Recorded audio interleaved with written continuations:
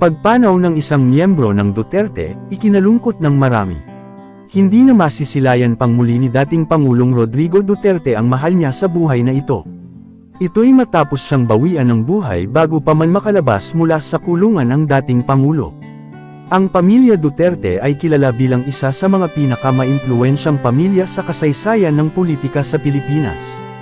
Gayunpaman, dumaan sa matinding pagsubok ang dating Pangulo nitong nakaraang taon matapos siyang makulong at dalhin sa The Hague.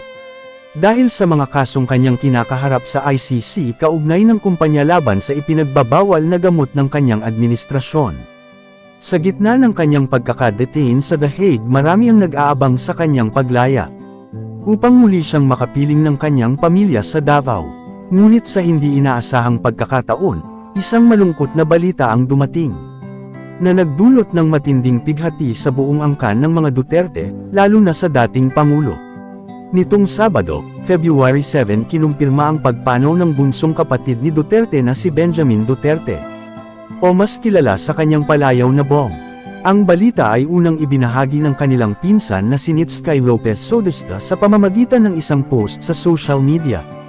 Bagamat kinumpirma ang pagpanaw, hindi binanggit sa publiko kung ano ang naging sanhi ng kamatayan ni Bong. Sa mensaheng ibinahagi ni Sodista, sinabi nito na palaging maaalala ng pamilya ang kabutihan at ang espesyal na ugnayan ibinahagi ni Bong sa kanila. Ayon sa kanya, marami ang naantig sa buhay ng bunsong kapatid ng dating Pangulo bago ito mamaalam. Anya, you will always be remembered with love, your laughter and spirit will echo in our memories. Thinking of you and the special bond we shared, you touched more lives than you knew, rest in peace. Malapit ang dating Pangulo kay Bong dahil nga ito ang kanilang bunso. Matatanda ang 62 years old na si Bong nang maging Pangulo si Duterte. At nakilala siya noon dahil sa kanyang pagiging mapagkumbaba at low-key. Sa isang panayam, nabanggit niya noon na ayaw hindi para sa kanya ang politika.